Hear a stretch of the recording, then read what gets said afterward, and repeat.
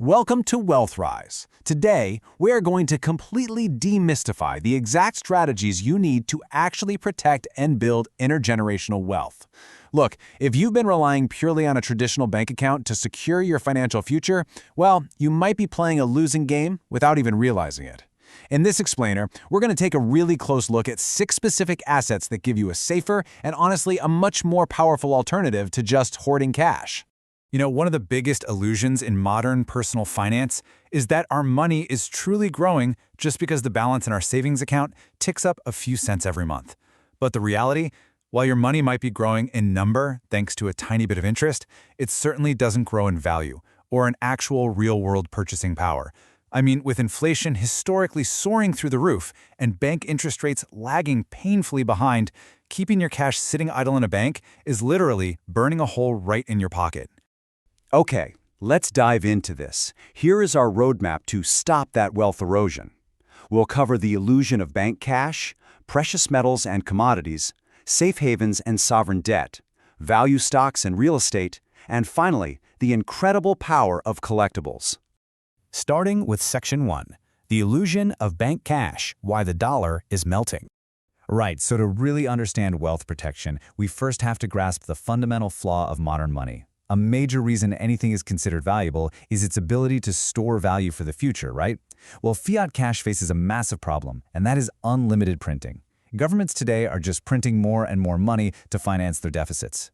What that means for us is you never really know when that piece of paper you call the dollar is going to significantly lose its purchasing power. It essentially acts as a silent and visible tax on your savings. Hard assets, on the other hand, are pretty much universally recommended by financial gurus because they are scarce. They cannot be easily created out of thin air, and therefore they act as a true, lasting store of value. Moving on to Section 2, precious metals and commodities, the physical foundations. Now, what's really interesting about this slide is the historical jump in prices. This brings us to the first major group of assets that are drastically safer than cash. We're talking about the physical foundations of real wealth: gold, silver, and platinum. Because when inflation rips through the ceiling, precious metals inevitably rise. Look at this. Before the 1950s, an ounce of gold was roughly $400. Fast forward to 2023, and it topped $2,000. And according to Prime XBT's forecasts, gold is actually projected to skyrocket to $10,000 by 2032. Think about that. That means in about a decade, gold investments could be 5 times what they are now. While cash just keeps going down in utility, gold literally just keeps going up.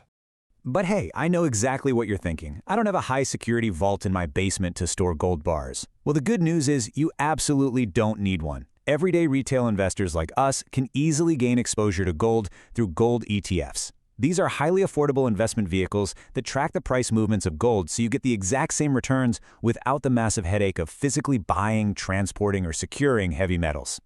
But it's not just the precious metals that are booming. Take a look at this absolutely wild 100% increase. Between 2012 and 2022, the price of cobalt outright doubled. It went from $20,000 to $40,000 per ton. Why?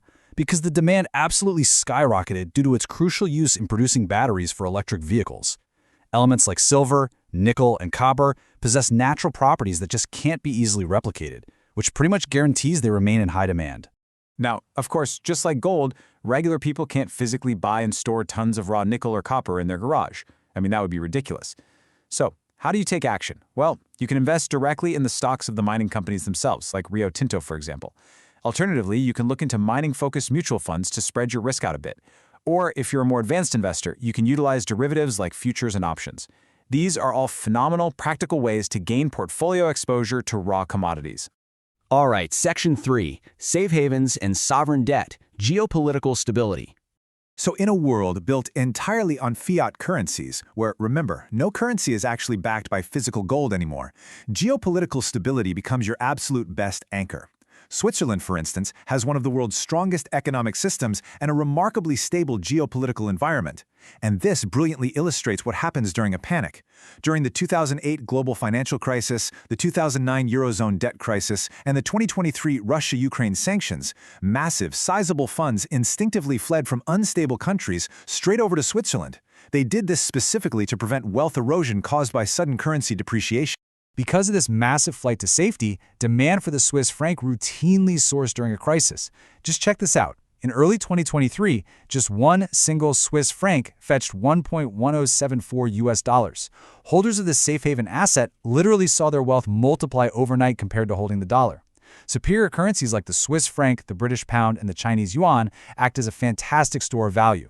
And again, you don't need to fly out and open a literal Swiss bank account to do this. Currency ETFs and forex brokers like forex.com allow small investors to gain that exact currency exposure with as little as $100.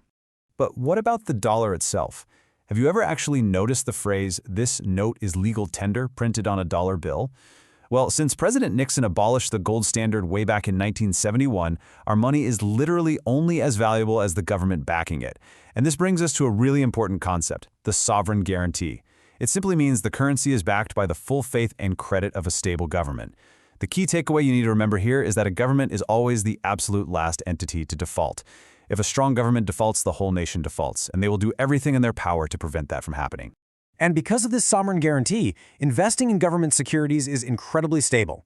As long as you are investing in stable governments with investment-grade credit ratings, entirely unlike the Greek sovereign debt crisis of 2009, your money is secure. Plus, it's highly accessible. You can buy U.S. Treasury bills, notes, and bonds directly through the government's Treasury Direct portal, or just pick them up on the secondary market. These offer notably better returns than keeping your money in a standard low-yield bank savings account, all while maintaining an incredibly low level of risk. Which brings us to Section 4, value stocks and real estate, equities and property. Okay, so Treasury investments are great, but because they are low risk, they naturally offer lower returns. That's just how the game works.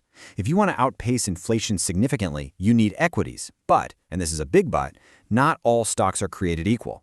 Growth stocks usually deal in new ideas and tech, and they carry a really high potential for failure. Value stocks, however, they rely on established demand and super strong industrial fundamentals. Take Nucor, for instance, which deals in industrial metals.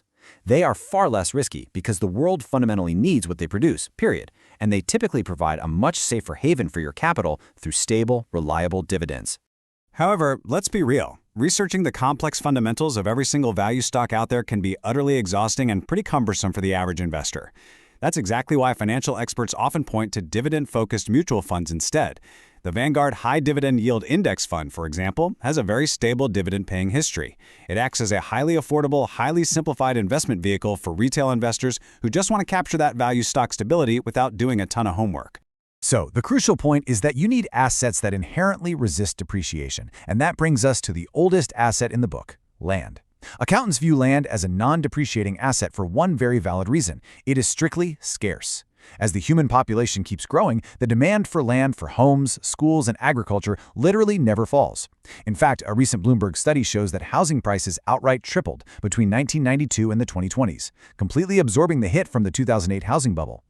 Real estate is an undisputed, excellent long-term hedge against inflation. Now, a lot of people mistakenly believe you need massive amounts of capital to even get into real estate. Let's completely dispel that myth right now. You can gain exposure at any age, and you don't even have to buy a whole house. You can invest in REITs, real estate investment trusts, which basically act like mutual funds, but for property. Take Ventus Inc., for example. That REIT lets you own profitable slices of actual healthcare real estate, like hospitals and senior housing facilities. Alternatively, you can use leverage, borrowing to own rental properties, where the rent you collect covers your mortgage and your expenses, all while the asset is quietly appreciating in the background. And finally, Section 5, the power of collectibles, timeless repositories of value. This brings us to a highly unique asset class. We're talking vintage cars, rare art, handcrafted luxury goods. To really grasp the sheer wealth-storing power of collectibles, try to wrap your head around this number: 135 million euros. That was the eye-watering sale price in 2022 for a hyper-rare 1955 Mercedes-Benz 300 SLR Uhlenhaut Coupe. Because only 2 of these cars were ever produced in history, it doesn't depreciate when you drive it off the lot like a normal car. It multiplies in value exponentially. And hey, it's not just cars either. In 2017, Leonardo da Vinci's controversial painting, Salvatore Mundi, fetched a massive $450 million at a Christie's auction, eventually bought by a Saudi prince. This perfectly proves why the ultra-rich love to park their cash in limited edition, totally unique pieces. These items are completely insulated from normal market inflation. They are a timeless repository of value, just sitting there, waiting for the right buyer. Now, I know what you're saying. Dropping $450 million on a painting might feel like a distant dream, but everyday investors can absolutely still capitalize on this. Digital platforms are completely democratizing this space right now. You can use online marketplaces like Whatnot to buy and sell rare comic books or action figures. And if you can't afford the whole item, platforms like Convey offer fractional ownership of collectibles, while Masterworks actually allows you to buy literal shares in multi-million-dollar fine art.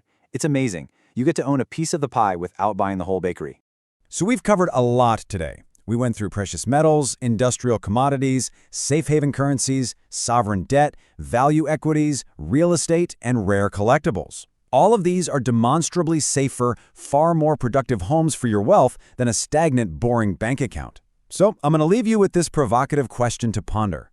Is your portfolio genuinely built to survive inflation, or is your cash quietly melting away as we speak? I challenge you to rethink your assumptions about your bank balance today. If you found this explainer eye-opening, please hit that like button, share it with someone who really needs to hear it, and make sure to subscribe. Keep learning, keep investing, and I'll see you in the next one.